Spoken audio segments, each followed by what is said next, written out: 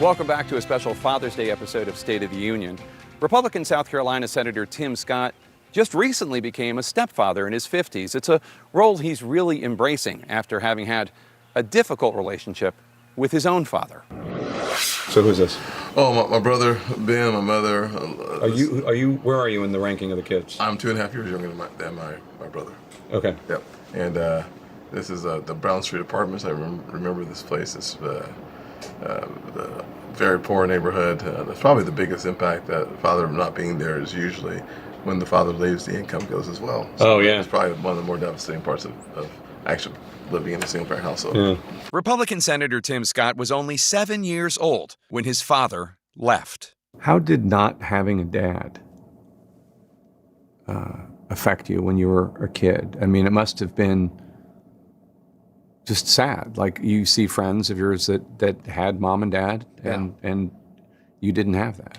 Well, it's certainly painful without any question. I think one of the things you're missing is the person who helps you understand who you are and what your potential is. And without that, it's easy to drift in the wrong direction. And as a freshman in high school, I think life had compounded on my shoulders enough where I was lost. And so I ultimately failed 4 subjects my freshman year. And I can joke about it now as an adult. I failed in Spanish and English and 2 other subjects. But the truth of the matter is that when you are drifting, you never drift in the right direction. And a lot of that has to do with the absence of a father. Scott carries lifelong hurt and feelings of abandonment. But his father was struggling with his own demons. A Black Vietnam veteran, when he returned home, Scott says his dad was met at the airport by an angry mob who screamed at him and spat in his face. So I know he was a Vietnam veteran. How much of that did that play a role in his leaving, in the difficulties he might have had? Yeah, I think it was a significant role. As you will recall, coming back from Vietnam for all soldiers was a painful experience. They were rejected by our society at large. As a Black military person coming back to our country, you can add the racial component on top of that in late 60s, early 70s.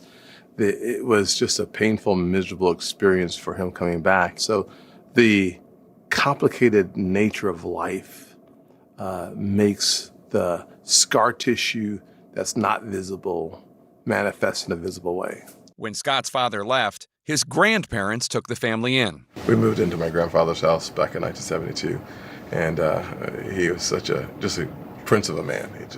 He was a tough disciplinarian, man of few words. But sounds like you needed it, though. It worked out well for me.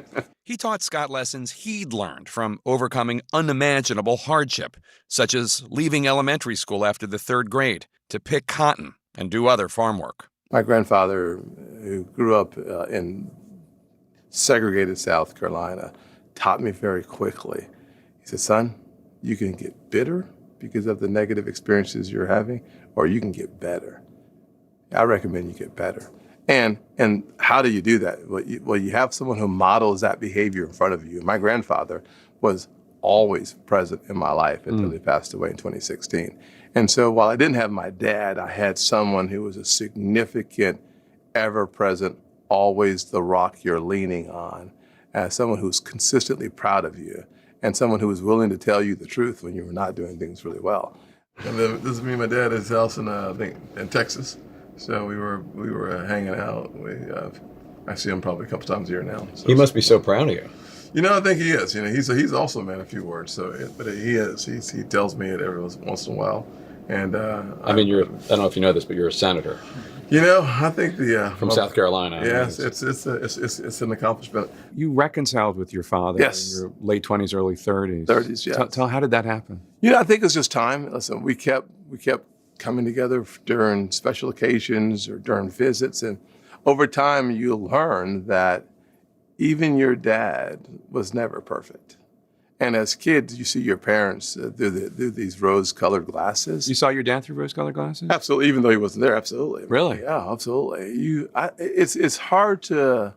That's surprising to me. Really? Well, just because he wasn't there, and I would think you would feel sad and maybe mad at him, no? Not really. You're mad when you get older, but you're not really mad. The truth of the matter is, I don't know very many kids who don't want to make their dads proud. Yeah. I think that there's a misnomer and a misperception that a kid who's separated from their father does not yearn for their father's approval. That's just the way it is. And for me, the combination between looking for it and having a grandfather who was there was really important. It doesn't solve all the problems, but I don't think we should make it into something that it's not. It's really important. That's why the family is such an important part of the equation. So what was it like with when you reconciled? How was it? I think it was painful. It was far more painful than when you were a teenager, at least for me it was, because you're now confronting real issues head on. And As an adult, where you can say, like, I know what it's like to be this age and you weren't there for me. Yeah, absolutely. But I also realized along the way, the pain and the misery that he experienced shaped his life. And the pain and the misery that I experienced shaped my life. And so if we want people to come together, particularly fathers and sons in this society today, it's a recognition that while he is your dad, and while he is someone you look up to or you wanted to look up to, the truth of the matter is he's just human. That as he encounters real life, it creates real scar tissue. And that scar tissue is hard to digest, hard to process, hard to deal with. And the more I understood that, the easier it was to reconcile. 2 years ago, at age 58, Scott married fellow South Carolinian Mindy Nose. He went from being a longtime bachelor to the stepfather of 3 children on the cusp of adulthood. And this is your My new family, yeah. Yep. That's Lucy, the most recent graduate, and PJ is a tennis pro, teaches tennis, and Gabby's a marketing guru. Beautiful family. Yes. That's great. She came ready-made. She did indeed, thank God.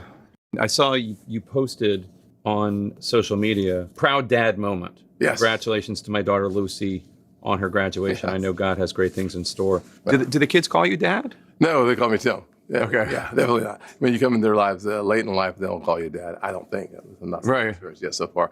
But I think what is important is when I talk to our teachers, and they talk about the positive father figure you've become in their lives. Oh, nice. That is powerful. When you're invited to walk around the father-daughter football game moment, it's a blessing from the Lord when you have a chance to play that significant role by invitation. And my pastor told me when I got married, he says, listen, you're marrying the mother, you're not marrying the kids. They're not asked you to be their father. You have to earn the right to have influence in their lives. Really important advice. And that means keep your mouth closed until invited into the conversation.